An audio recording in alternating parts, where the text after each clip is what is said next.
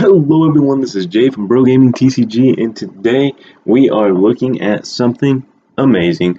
Once again, we are having a Road to Worlds episode, and this is a match that kind of takes a different strategy towards the Trevanent Garbodor deck, more on the almost offensive side than defensive side. I usually play this deck pretty defensively if you guys have watched any of my other videos, and if you haven't watched any of my other videos, definitely go check those out. And before this video even begins, I want to tell you, definitely go ahead and hit that like button. It would be very much appreciated. And if you are new to the channel, go ahead and hit that subscribe button down below, and that would be amazingly appreciated, and would welcome you to this awesome community that we have here. Anyways, guys, back to the video. I go ahead and honestly, this guy, he doesn't get any basic Pokemon for a really long time, and I actually get 6 cards off the top of my deck from that. He's playing definitely a budget deck. He's playing the Goodra from Sun and Moon. Yeah, I believe it's from Sun and Moon, or Sun and Moon Guardians Rising.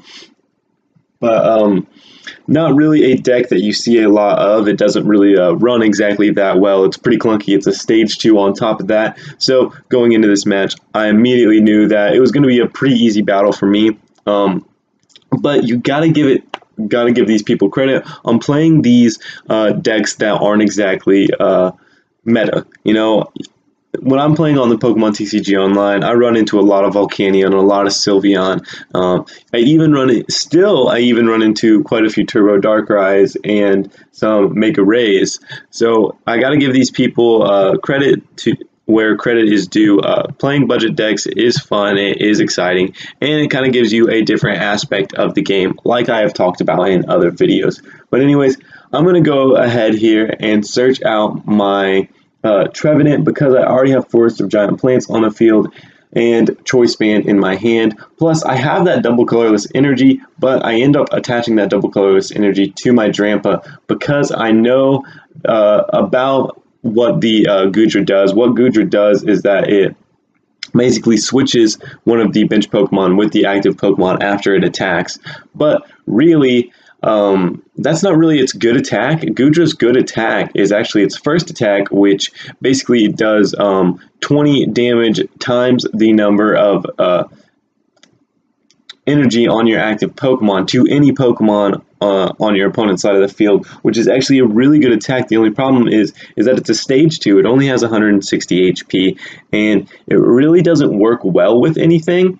Now, I could see Goodra maybe working well with a few cards, but you'd really have to work at it to make sure it gets there and kind of works well with it. I think it would definitely be a later game card.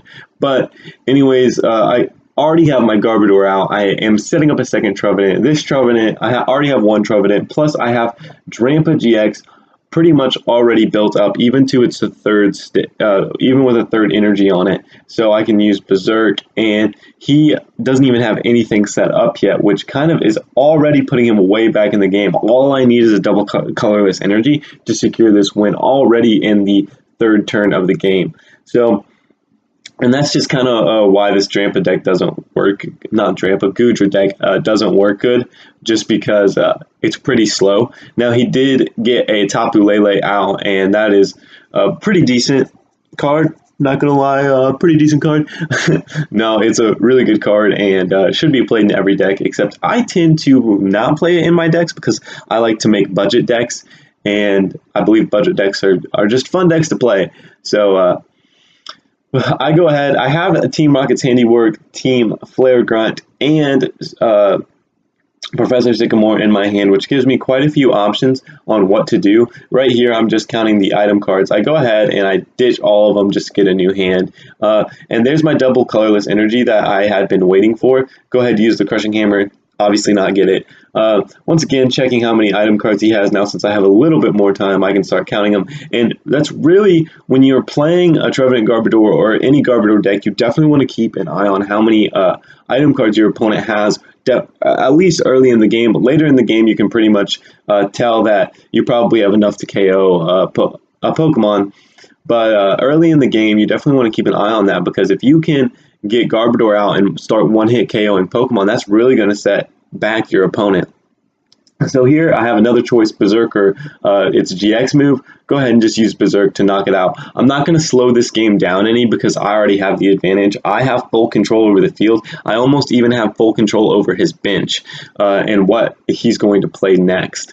So with the Trevanent with the DCE on, I pretty much have control of this game and have pretty much locked down a win. He doesn't really have much of a win condition here. The only win condition that he would have would be to figure out how to get my my Trevenant out onto the field and without any problem, knock it out, and not have anything on the bench that has been built up. But I do have that Psychic Energy in my hand, which he doesn't know. But that's pretty much the game right here. There's not too much to talk about other than the fact that, realizing kind of what moves to make and what moves I have already made, and keeping track of your opponent, and that's kind of what this game specifically was all about. And I even used this delinquent to gain more control over the battle, and he gives me a well played, and I actually tried to give him a happy face emoji at the end of the game, but a little too late. Anyways, guys, that is the game for today, for this episode of Road to Worlds.